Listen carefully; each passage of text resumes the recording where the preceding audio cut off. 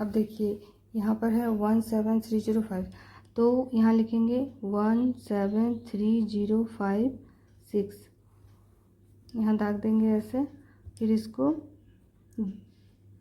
ऐसे दाग देना पड़ेगा। दो ठो संख्या एक साथ दाग देना पड़ेगा, मतलब हमको दो दो संख्या, यहाँ जैसे यहाँ दो ठो संख्या हो गई, यहाँ दो ठो संख्या, यहाँ भी दो ठो संख्या हो गया। यहाँ एक ठो भी संख्या हो सकता है अगर संख्या कम रहे तो यहाँ हमको दो ठो संख्या हम लिए, तो दो ठो संख्या 17 कितने टाइम्स में आएगा?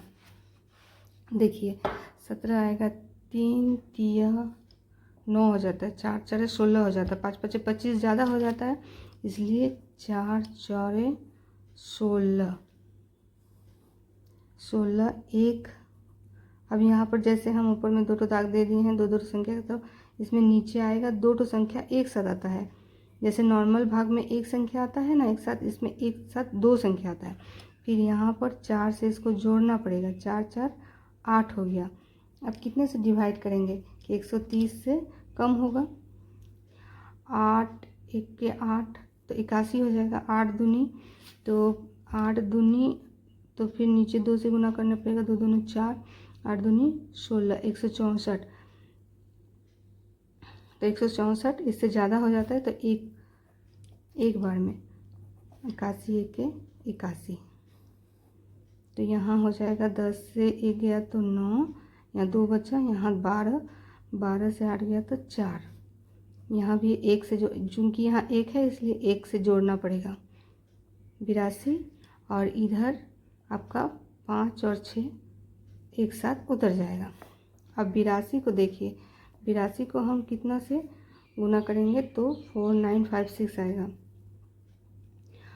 तो यहाँ 8 दूनी 16 नहीं, 2 दूनी 4,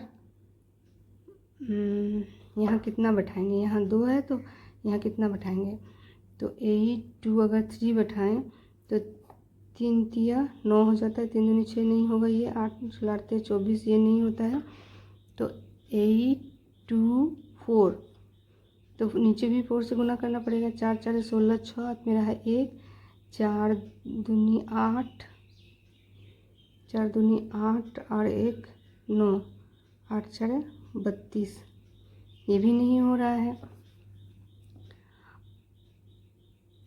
5 से भी नहीं होगा, तो 8 2 4 को 8 2, अच्छा 6 से देते हैं, 6 6 36 का 6 हाथ में रहा 3, 6 दूनी 12, 13 14 15 का 5 हाथ में रहा 1, 8 6 48, अरे हाँ ये आ गया आपका। तो यहाँ कितना बैठाना होगा? 6, और यहाँ 6 टाइम से 4956 हो गया ये। तो इसका 17305 का वर्गमूल हो जाएगा आपका ये 416, ये हो जाएगा आंसर। नमस्ते बच्चों, आज हम देखेंगे प्रश्नावली 2.3। 2.3 में क्या है? देखिए, निम्नलिखित संख्याओं का वर्गमूल भाग विधि से ज्ञात कीजिए। तो भाग विधि से कैसे ज्ञात करेंगे? ए नंबर में है 3 2 4, तो 3 2 4 का भाग विधि से कैसे करेंगे? देखिए, यहाँ 3 2 4 लिखे, यहाँ ऐसे एक दाग देना होगा, यहाँ ऐसे एक दाग देना होगा, तो ये भाजक हो गया। ये भाजक इसको बोलते हैं, ये भाज्य, यहाँ भागफल रहेगा। तो यहाँ पर पहले कितना है? 3 है, तो हम 2 से अगर करेंगे, 2 से अगर भाग देंगे इसको, तो 2 से अगर देंगे तो नीचे भी 2 से गुना करना पड़ेगा, मतलब 2 दूनी 4 करना पड़ेगा, इसलिए 4 तो बड़ा हो जाता है 3 से, इसलिए हम 1 से करेंगे। 1 1 का 1, तो कितना हो जाएगा? यहाँ हो जाएगा आपका 2, फिर यहाँ 2, फिर आपका यहाँ 4, ये भी उतर जाएगा। फिर देखिए, यहाँ 1 है इसलिए 1 को 1 से जोड़ना पड़ेगा, तो यहाँ हो जाएगा 2। अब 2 हो गया। अब 2 को हम 224 है, तो 224 में कितना करेंगे कि दो से दो को गुना कर, यहाँ अगर दो बैठाएंगे तो नीचे भी दो से हमको गुना करना पड़ेगा, तो 44 हो जाएगा। अगर यहाँ 3 बैठाएं तो नीचे भी हमको 3 से गुना करने पड़ेगा, तो 3 तिया 9, 3 दूनी 6, 69 हो जाता है। वो भी इससे बहुत छोटा होता है। तो अब हमको क्या करना पड़ेगा, अब हम इसको गुना करेंगे 4 से, तो 4 24, 4 गुना करेंगे 4 4 16, मेरा 1 4 दूनी 8 और 1